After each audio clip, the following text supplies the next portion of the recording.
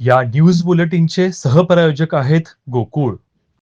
राधानगरी पंचायत समितीवर आय काँग्रेसची सत्ता स्थापन झाल्यानंतर सभापती आणि उपसभापती पदावर कुणाची वर्णी लागणार याकडे राजकीय वर्तुळांचं लक्ष लागलंय.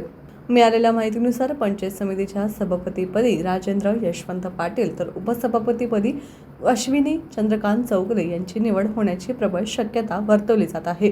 राधानगरी पंचायत समितीच्या 10 सदस्यांपैकी आय काँग्रेसचे 6 उमेदवार राजेंद्र पाटील, अश्विनी चौगुले, मोहन पाटील, अमृता पाटील, वंदना जाधव आणि सूर्यकांत पाटील निवडून येत सत्तेची सूत्रे आय काँग्रेसकडे आली आहेत.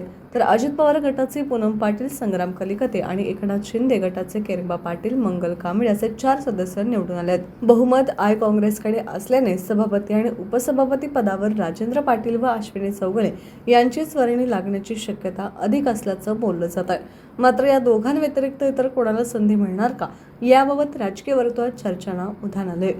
टीव्ही नेक्स्ट माझ्यासाठी राधानगरीहून विजय बकरे.